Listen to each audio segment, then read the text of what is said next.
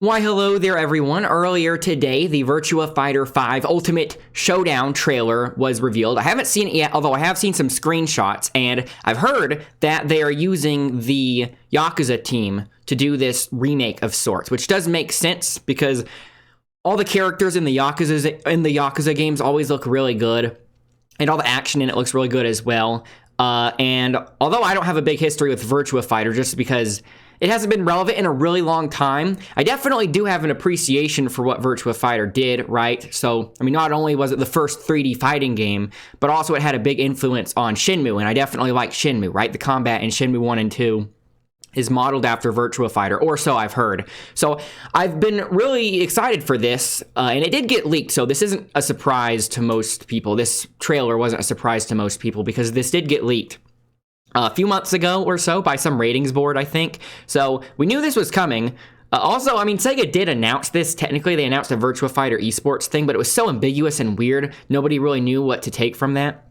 But even though this wasn't a surprise, like I said, I am still very excited, or was very excited, because I have some pretty big critiques about how SEGA is handling this whole thing, but I think I'll save that discussion for after I've watched the trailer myself. So let's just watch it, and then I will elaborate on why I think SEGA's handling this whole thing very terribly. So let's just watch.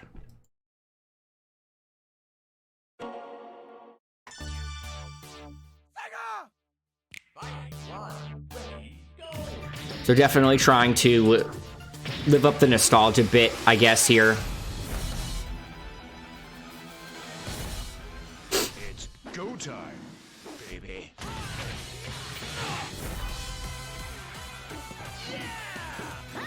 What is the resolution? So it's not a 60p. It's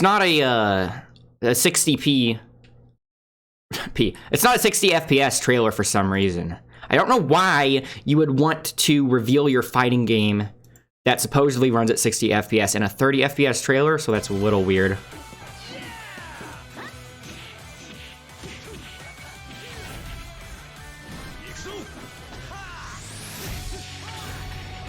So I know a lot of people are probably going to complain about the visuals just because it doesn't look as good as something like MK11.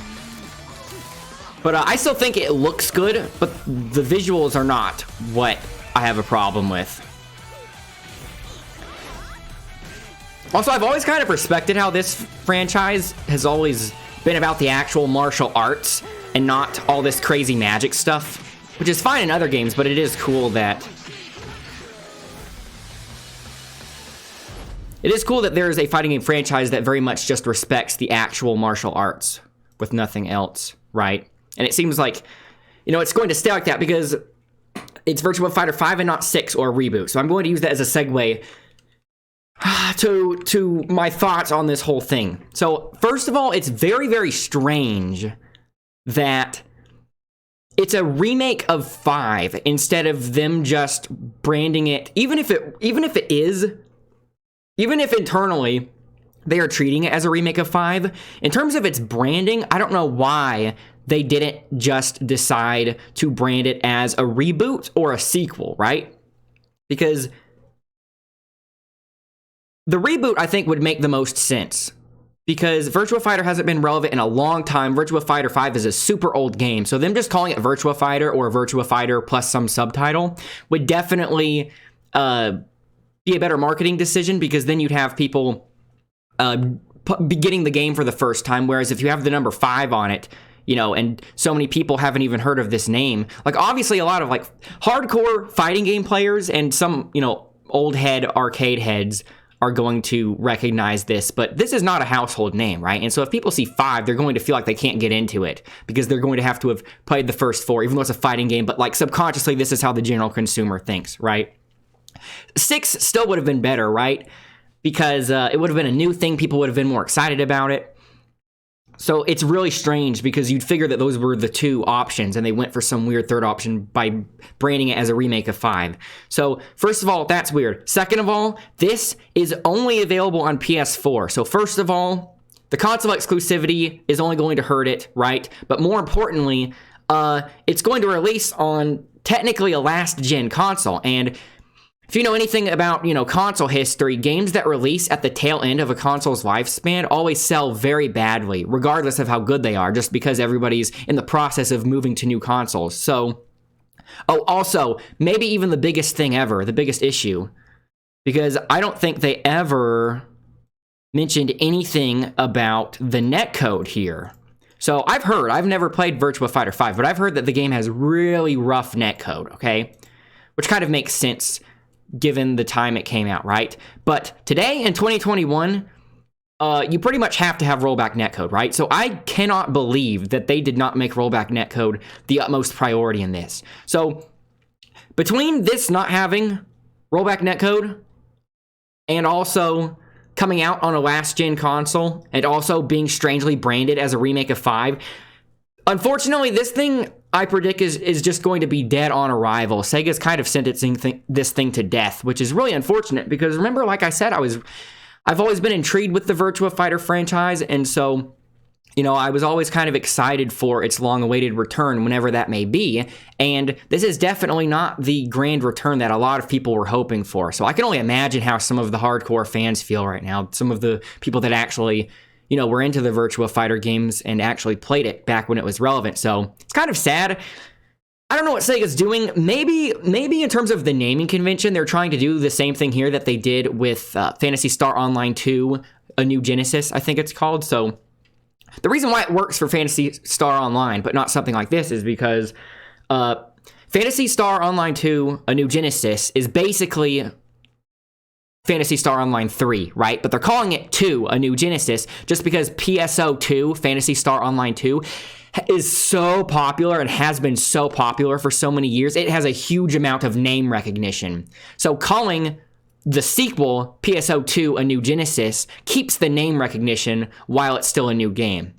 So, I think that was an effective marketing decision for PSO, but in this case, maybe they were thinking they could adopt that same kind of marketing strategy for a game like this, but that does not work for something like this, because the big difference is that Virtua Fighter does not have the same kind of brand recognition or name recognition as PSO. So yeah, I doubt it's coming out really soon, right? I doubt they're going to have time to remedy any of these issues, right? I mean, they could try retrofitting it with rollback, but nobody's going to wait around for that because this game is super old. So if they were going to put rollback in this, they should have done it at launch, right?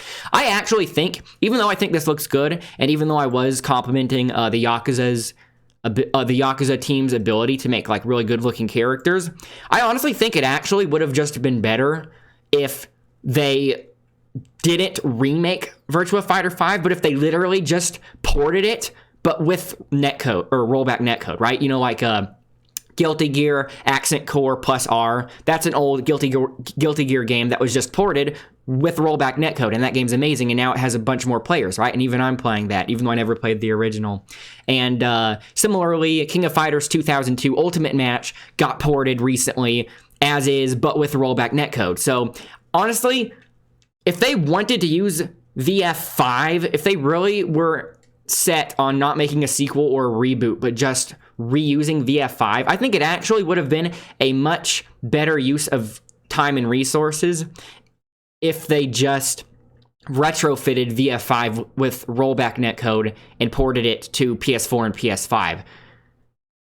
Because it's a shame, because like I said, these characters look pretty good, and the game's not going to sell well at all, so they could have just ported it with rollback netcode, and then they could have used the money made from that, and also just the relevance the game would have gotten from that to make 6, or a reboot. So yeah, very, very mishandled. I guess Sega's just been out of the fighting game scene for so long, they're a little out of touch with this.